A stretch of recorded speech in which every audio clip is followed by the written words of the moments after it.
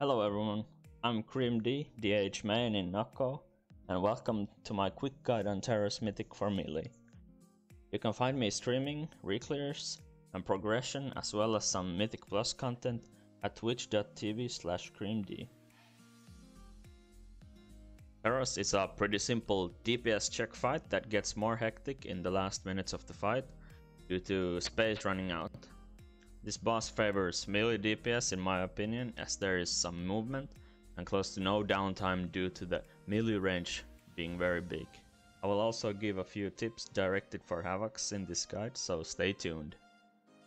There are 4 main mechanics, so let's get over them.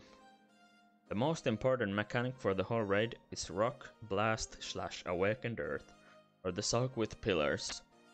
Rock Blast is an area of effect that splits damage based on people who are in it.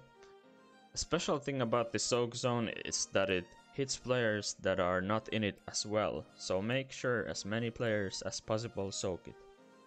At the same time, some non-tank players will get Awakened Earth on them, which will spawn a pillar under them after a set time.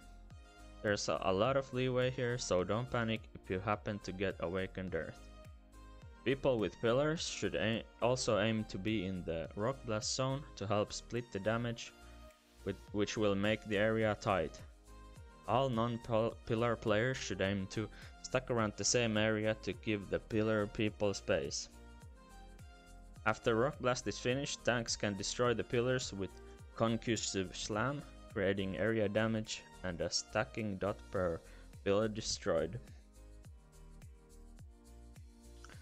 Shortly after the soak pillar combo has happened, melee players should move to bait Shattering Impact, an area targeted on a random melee player away from tanks and ranged players.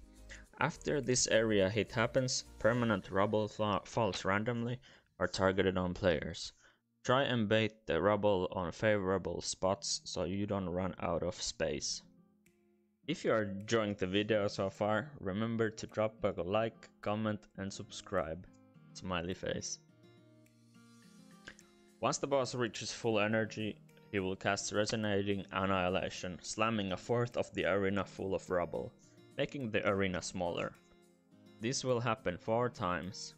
After the last slam, at around 6:20, the whole room is covered and he will basically AoE the whole raid until you die. Do stuff like Darkness or Anti-Magic Zone here to finish off the boss. Lastly, on Mythic, every player will be debuffed with Infused Fallout. Going into contact with another player will clear both debuffs, cause raid-wide damage, and spawn a damaging zone underneath after a few seconds. This ability will be cast after every Shattering Impact and Resonating Annihilation, excluding the last one. With this information, you should be able to face Terros on Mythic and be victorious. Lastly, I will share some tips for optimizing the fight. I recommend emphasizing the slam that melees bait on your boss mods, as it's the most punishing mechanic to place in the wrong spot. Every other mechanic has a cast, so you can adjust before it hits. The first Rock Blast combo comes very early into the fight, so you want to position yourself as close as you can to the middle of like melee and range players, while still being able to hit the boss to reduce wipe count. As a DH, if you happen to get the first Rock Blast, you want to vengeful retreat back into the group in your opener and try to meta on top of your current location. Also, it's very easy to keep momentum up for DH because of the insane melee range of the boss. You also probably want to have a 3-minute Darkness talented in your spec tree or class tree, as you can use up to 3 Darknesses in one fight. Alright, that's it for this video.